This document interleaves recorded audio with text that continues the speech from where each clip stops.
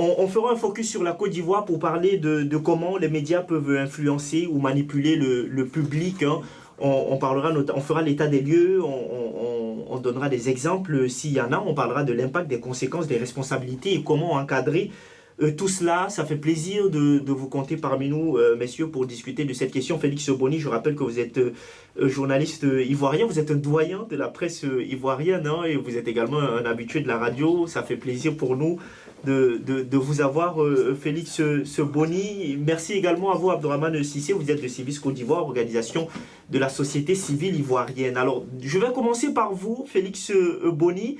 Vous qui êtes à la tête, hein, d'un organe de presse, vous qui êtes à la tête d'un média, d'un organe de presse. D'abord, quand on parle des médias dans l'influence de l'opinion publique à travers les contenus et le traitement de l'information, quel est l'état des lieux selon vous, Félix Boni? Alors, quand je revois le texte, c'est comment les médias peuvent influencer ou manipuler pendant la période électorale.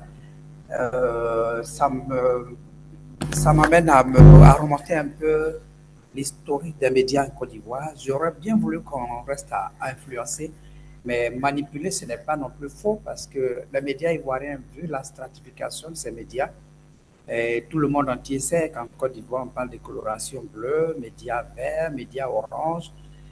Ceci montre qu'on est loin d'être très indépendant, on est loin de la neutralité, on est loin de l'impartialité vis-à-vis de l'information. Du coup, on a effectivement une influence sur le processus électoral et effectivement, on manipule effectivement le processus électoral. Tout ceci parce qu'on ne se concentre pas uniquement à être journaliste professionnel, traiter l'information, livrer la bonne information au public, mais on essaie quand même d'influencer le public dans un sens ou dans un autre. Et ça, parfois, ça joue un problème sérieux par rapport au professionnalisme, à l'éthique même de la profession de journaliste en Côte d'Ivoire, cette période pré. Et bien sûr, vous parlez de cette catégorisation des médias, vous parlez tantôt de presse bleue, de médias orange et tout. Et est-ce que cela traduit finalement cette division, sinon cette catégorisation de la presse aujourd'hui en Côte d'Ivoire, est-ce que cela traduit un peu cela, Félix Boni? Effectivement, il y a une très forte catégorisation de la presse en Côte d'Ivoire. Cette presse bleue qui est proche des socialistes en Côte d'Ivoire, la presse orange qui est proche du pouvoir actuel et la presse verte qui est proche de l'opposition, une autre partie de l'opposition, notamment de l'ancien parti au pouvoir, le PLCRDA. Et cette catégorisation est une sorte de reflet j'allais dire, des chapelles politiques en Côte d'Ivoire, ce qui fait que beaucoup de journalistes sont assimilés à des militants d'abord avant d'être des journalistes, ce qu'on appelle en Côte d'Ivoire. Ce que moi, personnellement, j'ai baptisé des militants journalistes ou des journalistes militants. Militant journaliste, c'est celui qui est d'abord avant tout un militant avant de se prévaloir de la profession de journaliste. Et ensuite, un journaliste militant, c'est celui qui peut être un journaliste, mais qui oriente sa plume dans le sens du militantisme, de sorte à avoir son pain quotidien. Et tout ça nous fait remonter, je le dis, à l'origine des médias en Côte d'Ivoire, qui ont été, la pluralité de la presse en Côte d'Ivoire a coïncidé avec l'ère de la démocratie. Et les médias sont nés des chapelles politiques. Beaucoup de médias sont financés par des partis politiques ou sont sous une sorte de perfusion financière des acteurs politiques. Et ceci fait que l'indépendance des médias laisse à désirer et ça crée réellement ce problème éthique que j'ai évoqué au départ. Et bien sûr, Abdourahmane Sissé, vous qui êtes de la société civile, Félix Boni, je vous redonnerai la parole tout à l'heure, on continuera d'en parler dans le fond, mais Abdourahmane Sissé, vous qui êtes de la société civile, comment vous observez tout cela? C'est une très bonne préoccupation dans le contexte national actuel où l'on parle d'élections, avec tout ce que nous pouvons constater comme dérive langagière. Ça, c'est un aspect très important. Et la presse devient donc le reflet de ces propos assez graves,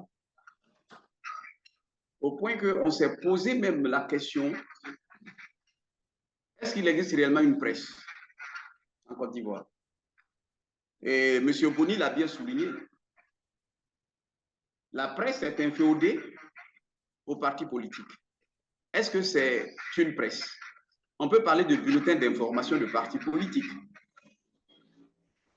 Donc, en un mot, il n'y a pas de journalistes dans ces organes, entre guillemets. Ce sont des propagandistes qui travaillent dans des supports de propagande et qui relaient les informations. Vous m'entendez? Oui, on vous reçoit très bien, allez-y.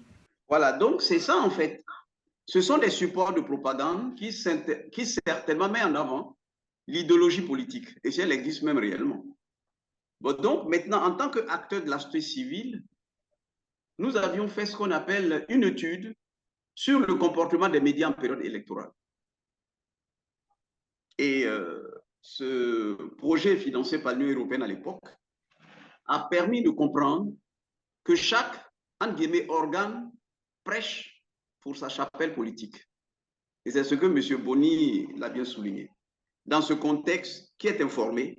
Quels sont les militants, vous voyez, de chaque parti politique qui est informé? Est-ce que le citoyen est bien informé? Donc, cela amène des confusions. En termes, entre guillemets, même en ce temps, on n'était pas encore au niveau même de la naissance des réseaux sociaux. Il y avait effectivement des fake news, entre guillemets, au niveau de ces supports de propagande. Vous voyez, donc il n'y a pas d'information objective. Et cela crée tellement de confusion que la presse même a été associée aux différentes crises ivoiriennes.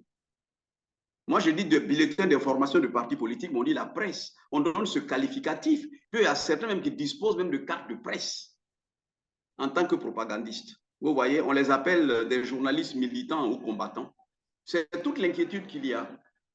Donc, dans un pays qui aspire à la démocratie, avec cette approche, il y a beaucoup d'efforts à faire. Il y a beaucoup d'efforts à faire. C'est pour ça que souvent, nous, en tant qu'acteurs, quand les gens parlent même de démocratie, alors qu'à leur sein, les supports d'information sont vendus, mais tout le monde n'est pas militant des partis politiques, de ces partis politiques. Donc, c'est des bulletins qu'on distribue gratuitement à leurs militants. D'autres n'en ont pas besoin, mais ce n'est pas le cas. Mais aujourd'hui, avec l'avènement des réseaux sociaux, avec tout ce qu'on considère comme les moyens modernes de communication, ces supports-là ne marchent plus. La presse même est en crise. Ces supports de propagande sont en crise. Mais on dit non, c'est le contexte des médias qui est en crise. Vous voyez? Donc, on souhaiterait une presse plus responsable. Cela peut exister, c'est la volonté humaine. Vous voyez, on a toute l'intelligence de créer une presse plus responsable, avec des journalistes qui ne soient pas militants, comme eux-mêmes ils disent souvent. Mais moi, j'ai dit non pas des propagandistes, pour véhiculer l'idéologie politique à outrance, mais des journalistes responsables qui vont donc promouvoir la démocratie à travers des supports dignes de ce nom. Voilà comment je peux répondre à votre préoccupation.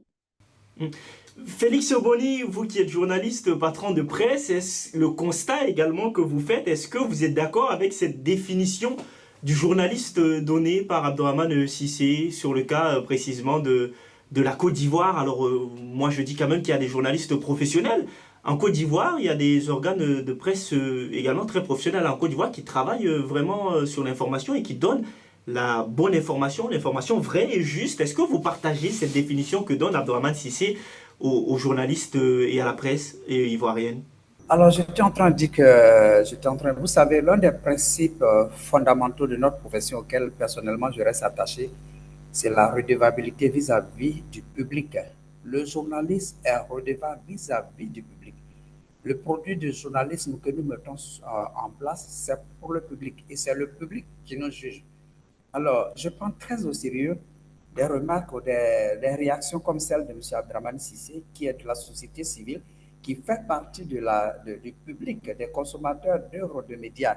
Et donc, je prends au sérieux ce qu'il dit parce que c'est eux qui nous jugent d'abord avant tout. Parce que parfois, lorsqu'on est assis dans nos rédactions, on croit qu'on est en train de faire un travail très professionnel. Et pourtant, c'est le public qui reçoit, qui sait que le produit qu'on leur sert est un produit comme... j'allais dire consommable ou insipide ou intoxiqué, ainsi de suite. Et donc, je prends au sérieux ce qu'il dit. Ce qu'il dit n'est pas totalement faux, d'autant plus qu'il me rejoint sur le fait que les médias sont inféodés aux partis politiques depuis l'origine de la pluralité de presse en Côte d'Ivoire, parce que les idéologies de cette époque, chacun avait envie de se libérer, de s'exprimer, et ce ne sont pas des journalistes qui écrivaient dans ces médias. C'était des militants d'abord avant tout qui étaient sélectionnés pour écrire, pour véhiculer des idéologies de gauche, de droite ou centristes. Et cette tare congénitale s'est prolongée. Mais aujourd'hui, les choses vont de mieux en mieux et je pense qu'on ira de mieux en mieux encore au fil des années. On aura certainement des médias très professionnels. On a maintenant des journalistes qui aspirent à créer des médias, ce qui n'était pas le cas auparavant, où ce sont des hommes politiques ou des formations politiques qui ont financé la création des médias. Et je pense qu'on va progressivement s'affranchir. Aujourd'hui, on a quelques médias quand même qui arrivent à dire les choses de façon très professionnelle. Moi, je ne dirais pas que peut-être je ne me tirerai pas le chapeau, mais je pense que je fais partie dans ma génération de ceux qui échappent au contrôle des idéologies, des chapelles ou des puissances économiques ou politiques. Et de plus en plus, on a des journalistes comme ça qui sont formés dans des écoles de journalistes, qui sont formés réellement au métier de la profession et qui respectent les règles et qui sont attachés à l'éthique journalistique. Alors les choses iront de mieux en mieux, c'est mon point de vue. Et je suis totalement d'accord avec M. Abdrahmane Cissé qui dit que ces supports de propagande sont plutôt en crise. Ce n'est pas la presse qui est en crise. Mais malheureusement, en Côte d'Ivoire, la presse est dominée par ce qu'il appelle ces bulletins ou supports de propagande. Quand vous prenez les journaux ivoiriens, vous remarquerez que 80% ou 85% de ces journaux sont attachés, ou de ces journalistes sont rattachés à des idéologies, à des acteurs ou à des chapelles politiques. C'est vraiment dommage. Je me dis qu'un journaliste peut avoir une tendance. Et bien sûr, oui, allez-y, Abdrahmane Cissé. Lorsqu'on étudie la communication dans toutes ses étapes, avec ces grands penseurs et dévanciers, il y a ce qu'on appelle la fonction fatigue. La fonction fatigue, c'est le nivellement du subconscient à travers les couleurs. Parce que lorsque vous voyez une couleur jaune, au niveau de la téléphonie, on pense déjà à un opérateur que vous connaissez. Je n'aimerais pas citer son nom ou le nom de cet opérateur de téléphonie mobile. Donc, le nivellement, c'est-à-dire au niveau de la couleur et son utilisation impacte le subconscient des lecteurs. Et M. Boni l'a bien démontré. C'est catégorisé. Les couleurs vertes, on les connaît. Les couleurs bleues, on les connaît. Bon, il y a un nivellement au niveau du cerveau et du subconscient. Donc, quand vous regardez les derniers, j'allais dire, bulletins de propagande qu'on appelle journaux, qui sont nés récemment de certains partis politiques naissants, mais qui sont devenus grands par la suite, hein, en même temps. C'était des partis politiques qui existaient. Et quand cela a été créé dans l'opposition, ce qu'on a constaté, effectivement, la couleur bleue demeure toujours. Vous me comprenez très bien. Donc, la couleur bleue devient une couleur idéologique dominante au niveau de l'opposition, et la couleur verte est une couleur, c'est-à-dire idéologiquement dominante au niveau, n'est-ce pas, j'allais dire, du pouvoir, par exemple. Vous voyez? Donc ça, c'est une analyse socio-anthropologique d'un contexte inquiétant. Et c'est ce que je voulais dire pour compléter par rapport à ce que M. Boni illustrait. Pour moi, c'est une illustration. Elle est très importante. Alors, Félix Boni, avant de vous redonner la parole à Abdrahmane Cissé, Félix Boni, aujourd'hui, quand on parle d'influence de la presse, sinon des médias sur l'opinion publique, hein, car les médias sociaux font également partie des médias, la presse également, alors on fera peut-être, on va dissocier un peu plus devant, mais se focalisant sur le cas de la presse, aujourd'hui, quand on parle d'influence de la presse sur le public, comment est-ce que cela se traduit concrètement? Est-ce qu'il y a des exemples, sinon une façon concrète de voir comment cela se traduit sur le terrain en Côte d'Ivoire? L'influence de la presse sur le public se traduit déjà par le parti pris dans le traitement de l'information. Moi, je pense que vous remarquerez qu'en Côte d'Ivoire, cette presse déjà même, elle s'auto-censure par la sélection qu'elle fait de l'actualité. Vous verrez qu'il y a des journaux qui ne vous n'iront jamais à des meetings ou à des conférences de presse de certaines formations politiques, de certains éventuels candidats ou certaines chapelles politiques. Vous verrez également que certaines chapelles politiques n'inviteront pas certains journalistes à leurs activités. Vous verrez que pour la même conférence de presse, les mêmes informations qui ont été données pour tous les journalistes, celui qui sortira de là-bas d'une chapelle politique ira traiter ça sous un angle avec un grossissement des faits ou des méfaits d'une certaine manière à nuire à peut-être une partie de l'opinion ou à favoriser une partie de l'opinion. Et c'est ce traitement négatif, pour ne pas dire négationniste de l'information qui m'apparaît pour moi influence pas positivement, mais vraiment négativement, parce que la presse manque certainement d'objectivité. Mais je dis généralement parce que j'ai eu à faire des formations, même par 2 mois, j'ai dû parcourir le territoire pour former les journalistes locaux dans plusieurs régions de la place. J'ai souvent tendance à dire qu'il n'y a pas d'objectivité en journalisme parce qu'un choix fait occulte un autre choix. Par contre, il faut qu'il y ait de l'honnêteté dans la profession. L'honnêteté, c'est qu'on reconnaisse qu'une couleur jaune est une couleur jaune, qu'on reconnaisse qu'un mot dit est un mot qui contient un contenu bien précis qui doit être uniforme pour tout le monde. Mais lorsqu'on transgresse les faits pour favoriser l'un par rapport à l'autre, alors ça, je pense que c'est une partition que les journalistes jouent et qui est très négative par rapport à l'opinion et surtout dans un contexte préélectoral. Alors, quel est le constat que vous faites, Abdourahmane Cissé, par rapport à justement l'influence de la presse sur l'opinion publique concrètement? Comment est-ce que vous observez cela, vos sociétés civiles? Nous, en tant que société civile, nous observons, je peux employer un terme peut-être qui peut être inquiétant, nous observons avec autant d'inquiétude, parce que c'est important. Je l'ai dit tout à l'heure, on avait donc réalisé une étude sur le comportement des médias en période électorale. Et le rapport est encore là. C'est-à-dire, quand vous lisez le rapport, mais il y a toute une inquiétude. C'est-à-dire, comment rendre la presse même professionnelle, avec des journalistes professionnels, comme vous l'aviez indiqué. Peut-être qu'ils existent, mais quand ils rentrent dans ces supports de propagande, ils deviennent des propagandistes. C'est-à-dire que c'est tout ça l'inquiétude. Maintenant, à partir de cet instant, comment donc ces supports propagandistes ou soi-disant propagandistes, ou si vous voulez éventuellement soi-disant des bulletins d'information, donc peuvent informer et influencer l'opinion. Vous voyez, donc, c'est-à-dire que l'influence, elle va se faire en fonction des chapelles politiques. Donc, c'est le parti politique qui influence et non le support de propagande, enfin, le support, et non le journal, en guillemets. Mais c'est le parti politique, donc, qui influence l'opinion à travers un canal de communication, donc, qui est appelé journal, que nous qualifions effectivement de support de propagande. Donc, l'influence, ce n'est même pas la vraie presse qui influence. Je ne sais pas si me fait comprendre. Oui, bien sûr, allez-y. Voilà, ce n'est pas une vraie presse qui influence. Ce sont des supports qui influencent des militants de partis politiques à les conditionner à l'extrême et attendre à ce qu'un jour on puisse dire des mots d'ordre. Vous comprenez? Donc, en fait, c'est tout ça, en fait. Donc, ce sont des lecteurs militants conditionnés à travers des discours ou des rhétoriques militantistes. Vous voyez? Contenus dans des supports de propagande. Donc, au point qu'on se demande, est-ce que dans ce contexte, le citoyen, il est informé? Il n'est pas informé, il est sous-informé dans un pays en voie de développement. Donc, il y a une inquiétude, alors que l'information permet aux citoyens d'être équilibrés, d'avancer. Vous voyez, donc au plan psychique, à quel niveau nous nous situons? C'est-à-dire, c'est tout ça en fait. Il n'y a pas de véritables informations dans ce contexte. Alors, Félix Boni, comment tout cela impacte concrètement les consommateurs, notamment le public, hein, en termes de conséquences? Est-ce positif, négatif? Sinon, si positif, quelles sont ces conséquences-là? Et si négatif également, que faut-il retenir à ce niveau? Comment tout cela impacte concrètement le citoyen lambda, cette influence de la presse sur le citoyen?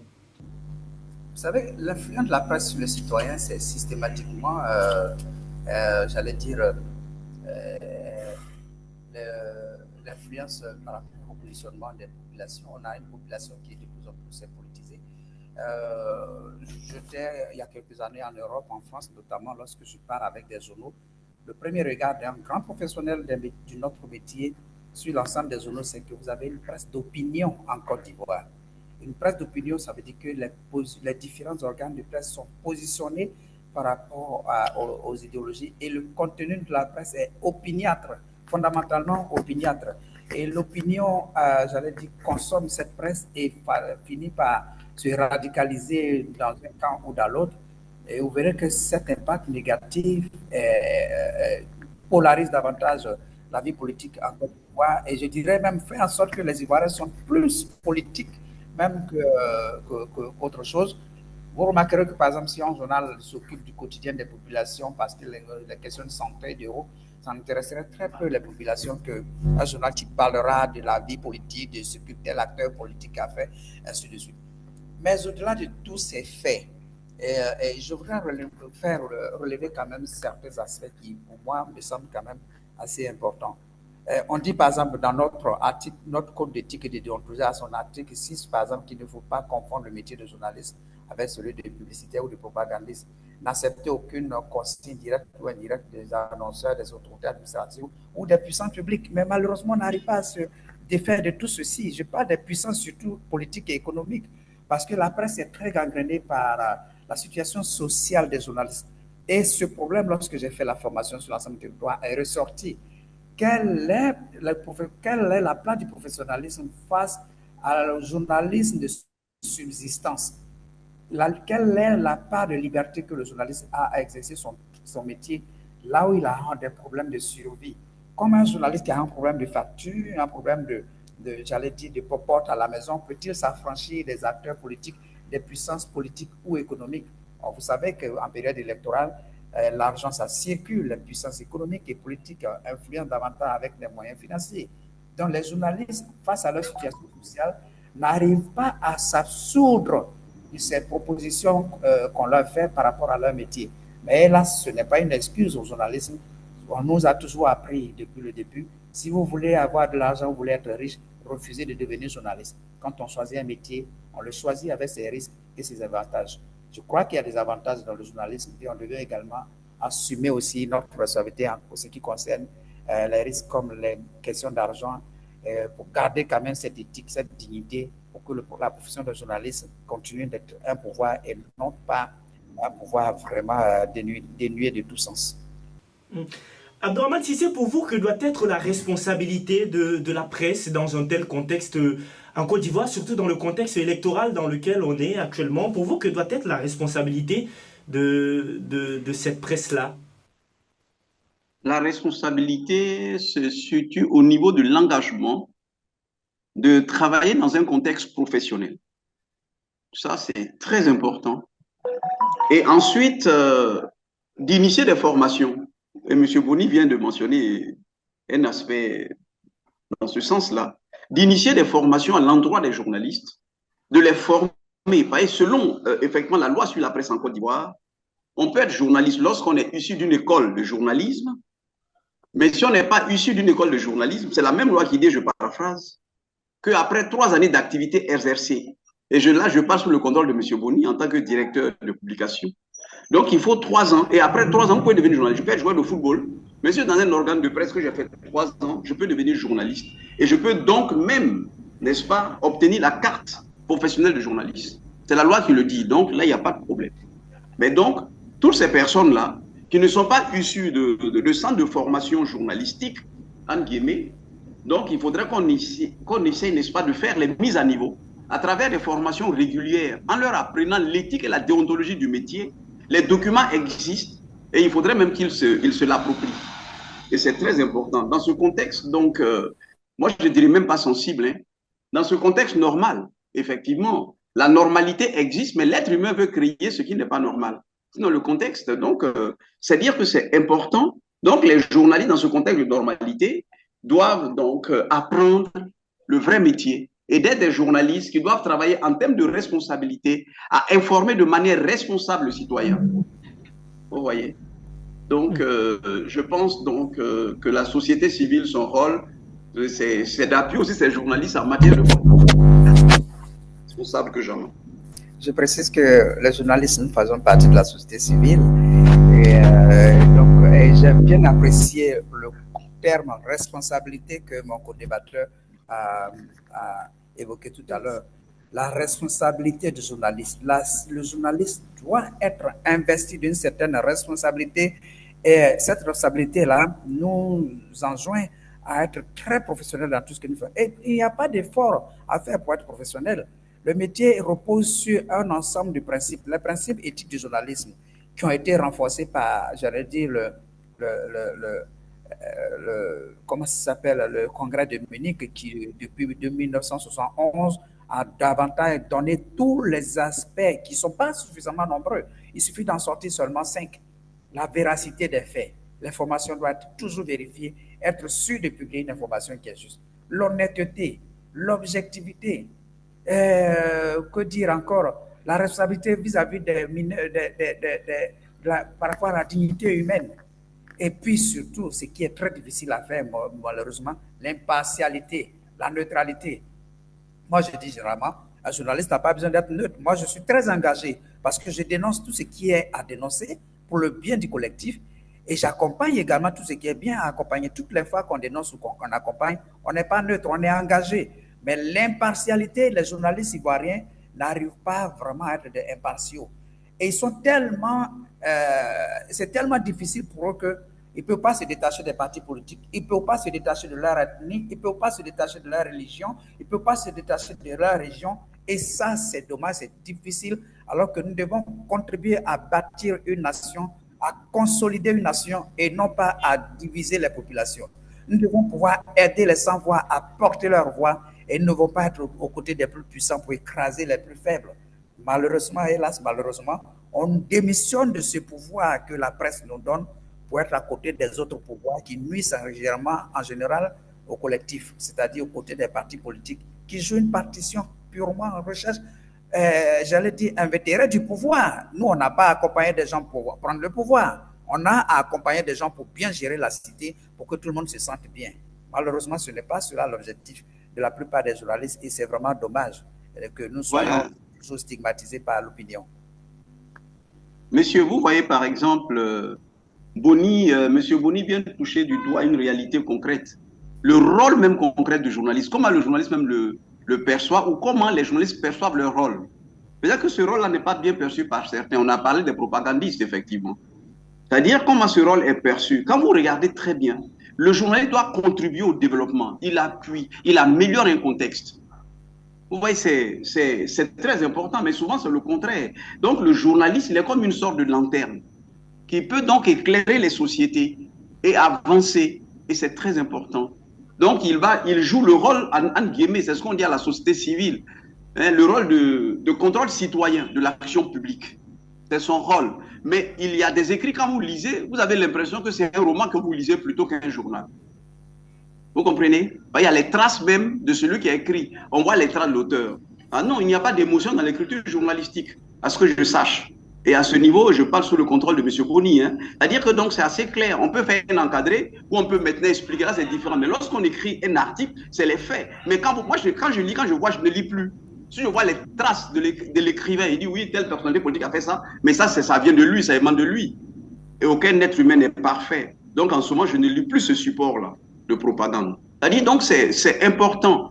Et il ne faudrait pas que le journaliste puisse penser qu'il doit travailler pour des partis politiques. Il y a la clause de conscience hein, pour tout organe de presse. Donc la clause de conscience, moi je viens ici, là, c'est pour écrire des choses objectives, effectivement.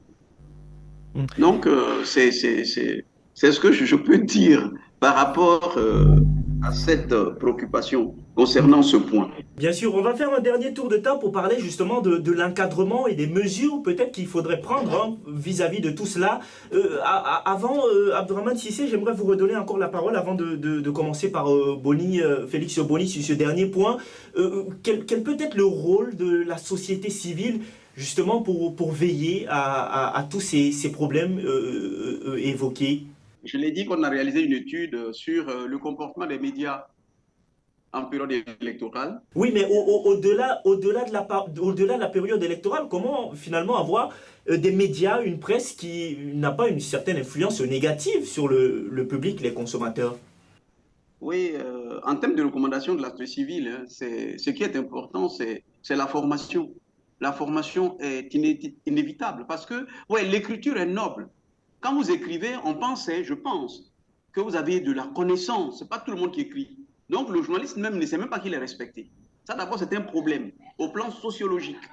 Vous écrivez des textes, les gens lisent les textes, mais vous rentrez dans la mémoire collective. Voyez, vos écrits restent des archives. Mais si de 100 ans, on vient trouver des archives qui ne sont que des supports de propagande, mais il y a problème. C'est tout ça, en fait. Le journaliste doit avoir cette qualité de dire que je fais un métier noble pour informer à travers l'écriture. Et l'écriture est noble. N'écrit pas qui veut. Donc, on dira donc, n'informe pas qui veut. Voilà pourquoi la formation, elle est importante.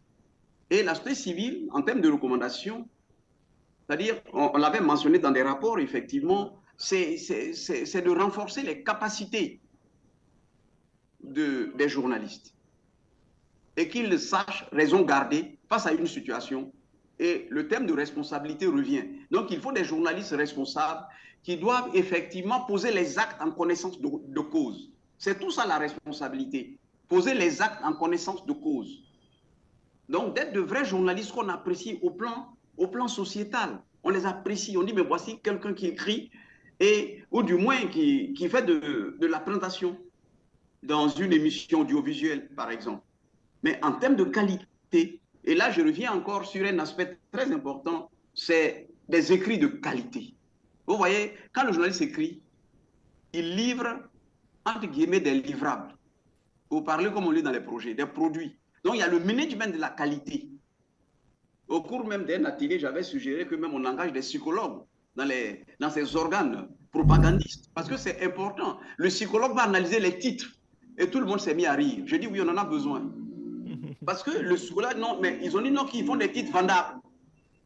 Mais vendable, qu'est-ce que ça signifie? Donc, le contenu, est-ce qu'il est important ou pas? Bon, donc, en fait, c'est important. Donc, le management de la qualité en termes de croisement d'informations, en termes de savoir sous quel angle écrire un article, mais c'est important. Donc, il faudrait qu'on engage des professionnels comme des psychologues qui vont donc analyser les titres pour ne pas que ça puisse créer une sorte de psychose au plan national. Cela a été fait plusieurs fois sur des titres incendiaires, incroyables. Avec quelle volonté? Ça, on ne sait pas. Et comme communiquer certains objectifs, on se pose bien la question, qu'est-ce qui anime les acteurs? Et ça, c'est important. Donc, l'aspect civil, encore une fois, donc, va mettre l'accent sur la formation des journalistes, de telle sorte qu'ils puissent informer correctement les citoyens, ils puissent également s'approprier tous les textes, hein, n'est-ce pas, qui sont à leur disposition, hein, n'est-ce pas, au niveau de la déontologie, le respect, c'est-à-dire des normes journalistiques, c'est important, et le recyclage permanent. Il y a des structures qui existent, l'OLPED, je pense que c'est comme ça qu'on appelle. Il y a l'UNJC, l'Union nationale des journalistes de Côte d'Ivoire, qui a même la maison de la presse. Donc, les formations même peuvent se tenir là-bas. Donc, c'est vraiment important et que les initiatives doivent continuer dans ce sens et que, donc, en période électorale et même au-delà de la période électorale, ils ne doivent pas être des journalistes, j'allais dire, pyromanes. Non, non, non, pas des journalistes pyromanes. C'est des journalistes responsables qui informent de manière responsable dans des supports qualifiés, n'est-ce pas, de journaux, de chaînes de télévision, de radio. Donc voilà ce que je peux dire à ce niveau. Et donc, c'est pour dire qu'à la convention de la société civile ivoirienne, sous le leadership du président du conseil d'administration, M. Mahamadou Kouma, nous essayons tant bien que mal de relever les défis en se mettant à la hauteur des enjeux, de faire en sorte que demain en Côte d'Ivoire, il y ait donc une presse responsable et on apprécie la manière dont l'ANP, l'Autorité nationale de la presse, travaille en associant la convention de la société civile à toutes ces activités. Et vraiment, ça nous permet d'avancer dans ce sens et d'avoir le cœur à l'ouvrage, de savoir que, encore une fois, la presse, elle est importante dans une cité, mais si on ne comprend pas son importance et son rôle, il y a de quoi continuer à former certains journalistes qui perçoivent cela. Félix Boni, finalement, comment réglementer tout cela? Alors, on parlait tantôt des partis politiques, hein, qui sont beaucoup de presse, qui sont affiliés à des partis politiques, des acteurs politiques qui sont aujourd'hui propriétaires de plusieurs presses. Alors, est-ce que finalement, à qui confier la responsabilité de réglementer tout cela? Est-ce que si ça ne tient qu'aux acteurs politiques, est-ce que finalement le ménage se fera? Est-ce que le nettoyage se fera, si vous le voulez? Comment réglementer, comment encadrer tout cela pour ne pas aujourd'hui que la presse, sinon les médias, puissent avoir une influence négative sur le public qui consomme? D'abord, je voudrais rassurer M. Adraman Sissé par rapport à ce qu'il vient de dire tantôt, la formation des journalistes. Je crois qu'il y a une génération de journalistes qui est en train de s'éteindre, c'est-à-dire ces précurseurs qui ont envahi les journaux et qui n'étaient pas formés. Il y en a beaucoup qui étaient bien formés, à de grands journalistes, de grands noms qui ont été formés, qui étaient des journalistes qui étaient dans ces organes de presse. Je vais citer Feuille Goubaï, d'autres qui sont là encore. Raphaël Lagbe, Dan Moussa, Zio Moussa, de grands journalistes qui existent encore, qui sont là, mais qui sont ceux qui, à un moment donné, ont vraiment allumé la flamme, les mèches, Il y a une certaine génération qui est en train d'éteindre. Il y a une nouvelle génération qui est en train d'émerger parce que de plus en plus, il y a des écoles de journalistes qui forment des journalistes professionnels, une nouvelle génération qui est en train de monter. Et cette nouvelle génération, je pense, va pouvoir faire du travail professionnel.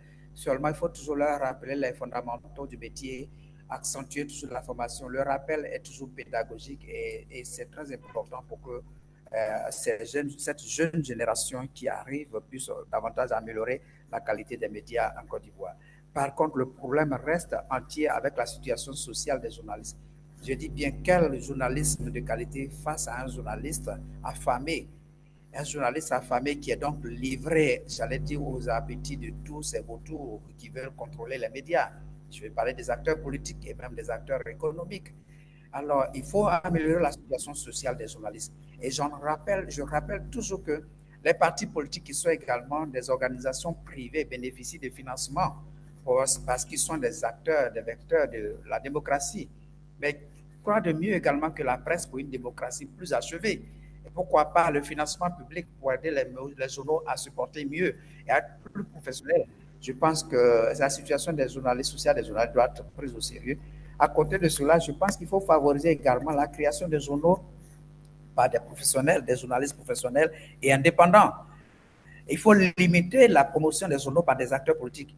Hélas, malheureusement, quand vous voyez qu'un nouvel organe de presse émerge, il y a derrière cet organe de presse un parti politique, un leader politique, une personnalité politique. Et donc, le mal ira toujours vers le pire, toutefois qu'on continuera à créer des journaux qui sont favorisés, soutenus, alimentés de façon idéologique par des acteurs politiques. Et puis, enfin, je pense que, comme l'a dit le frère Abdraman Sissé, la formation, le recyclage est très important. Le recyclage est très important. C'est en cela que je me réjouis d'avoir été coopté pour former des journalistes sur presque 4 grandes régions, 4 grands districts du pays sur l'éthique en journalisme. Et le choix de la thématique portant sur l'éthique montre que quelque part, c'est de cela dont nous avons besoin pour, j'allais dire, assainir notre milieu. Parce que s'il y a un peu d'éthique dans ce qu'on fait, on se posera toujours la question de savoir quel est l'impact, quel est le bien de faire de ce que je fais. Et j'ai toujours l'habitude de dire, le verbe faire n'a pas de sens s'il n'est pas accompagné de la verbe bien. Il faut toujours bien faire ou faire bien. Dans le cas contraire, ne pas faire est mieux. Celui qui veut être journaliste, qu'il soit un bon journaliste pour faire bien le journalisme ou bien ne pas être journaliste, disparaître de notre corporation, cela est mieux. Et je pense que l'État et les législateurs devraient prendre des dispositions de sorte à extirper de notre milieu tout ce qui est brebis galeuse et le journalisme s'en portera mieux pour accompagner tous les processus de sorte à ce que la population puisse tirer le meilleur de ces acteurs. Abdraman Sissé, on va terminer par vous pour parler justement de l'encadrement aujourd'hui des médias, de la presse en Côte d'Ivoire. Selon vous, société civile, comment réguler, comment encadrer tout cela? Oui, là, je pense que vous entrez dans un vaste chantier parce que la société civile a sa manière de fonctionner en termes d'espace et en termes d'intervention sur ces espaces. Au niveau de la régulation en Côte d'Ivoire, le secteur est bien réglementé. Il y a des structures qui existent concernant la presse écrite. Enfin, tout ce qui est presse papier, presse écrite, c'est l'autorité nationale de la presse. Au niveau, effectivement, de la régulation des médias audiovisuels, c'est l'ACA, la haute autorité de la communication audiovisuelle. Donc, à ce niveau, c'est bien réglementé. Maintenant, notre rôle, nous, on peut faire le suivi. Voilà pourquoi on fait le monitoring des médias en période électorale. Et même au-delà, comme je l'avais indiqué tout à l'heure, au-delà de la période électorale, nous faisons du monitoring, le suivi des médias. Et tout à l'heure, je parlais un peu du contrôle citoyen de l'action publique. Ça rentre un peu dans ce contexte. C'est cet effort qu'on peut faire. Mais ce n'est pas de faire le travail des instances de régulation en interpellant. Dans le temps même, on sanctionnait un peu, n'est-ce pas? C'est-à-dire que soit, bon, si c'est un support d'information papier qui ne paraîtra pas peut-être sur 2 semaines ou 3 semaines. Mais nous, notre rôle, il ne s'agit même pas d'interpeller, mais c'est de dire voilà ce qui doit être et que des mesures doivent être prises. Parce que nous faisons du plaidoyer c'est pour que des mesures soient prises pour améliorer un contexte qui est effectivement aujourd'hui inquiétant. À quel niveau? Parce qu'on a parlé des supports de propagande. Ensuite, maintenant, on constate que ces supports ne marchent plus, le support papier ne marche plus ou ne prospère plus dans ce contexte où la technologie à outrance est utilisée au niveau des NTIC. Mais en fait, donc ces supports de propagande se sont mués en presse en ligne. Alors qu'à ce niveau aussi, il y a une inquiétude, il y a les fake news, comme on le dit. Donc, il y a un autre problème. Donc, c'est pour dire que les instances de dérégulation vont jouer leur rôle. Et même, il y a une loi par rapport, effectivement, à ce contexte de presse en ligne, la cybercriminalité. Donc, il y a une loi à ce niveau. Mais maintenant, nous, on peut faire comprendre en sensibilisant ces textes. Donc, en sensibilisant, c'est-à-dire les journalistes ou les nouveaux journalistes, et j'ai apprécié l'expression de M. Boni, il y a une nouvelle génération. Donc, on continue de prier pour cette nouvelle génération, qu'elle soit plus professionnelle, n'est-ce pas, pour ne pas glisser un peu sous le couvert de ces journaux bleus ou verts et sortir avec une autre couleur. Donc, c'est ça, en fait. Donc, il faudrait aussi que ces journalistes-là aient leur personnalité pour résister à cela et être plus professionnels pour que la Côte d'Ivoire puisse vraiment... Et là, je pense qu'on pourra employer le mot démocratie de façon concrète, vous voyez, et ça va permettre à la Côte d'Ivoire de progresser. Et je pense que quand on va regarder un peu en arrière, on dit non, c'est la presse qui a contribué à cela. On regarde à côté, on dit la société civile a contribué. Mais il y va de soi. Et à ce niveau-là, je pense qu'on aurait fait peut-être un grand bond en avant et pour le bien-être des populations de Côte d'Ivoire. Avant de se quitter, Félix Boni, j'aimerais rapidement revenir sur un point. Alors, il y a Abdourahmane Cissé qui parlait tantôt des organes de régulation, justement, des médias, de la presse en Côte d'Ivoire. Mais Félix Boni, malgré tout cela, on parle toujours d'une presse colorée en Côte d'Ivoire. Comment, justement, arriver à ne plus avoir cette presse, ces médias colorés en Côte d'Ivoire? Est-ce qu'il faut finalement interdire aux hommes politiques d'avoir des médias dans le pays? Comment aujourd'hui arriver à la fin de cette presse colorée? Vous parlez d'une nouvelle génération qui arrive. Comment arriver finalement à cela?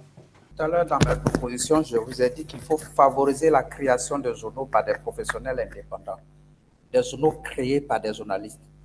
Malheureusement, les banques en Côte d'Ivoire, les circuits financiers n'investissent pas dans le domaine de la communication, alors que tous ces banques, ces établissements savent que un pays où les médias sont libres, indépendants et très professionnels, cela contribue au contrôle citoyen, à la lutte contre la corruption, à l'amélioration de l'environnement des affaires. Malheureusement, ils ne sont pas prêts à financer les organes de presse. Et donc, ce sont les acteurs politiques qui continuent de faire la promotion des médias, de créer des médias.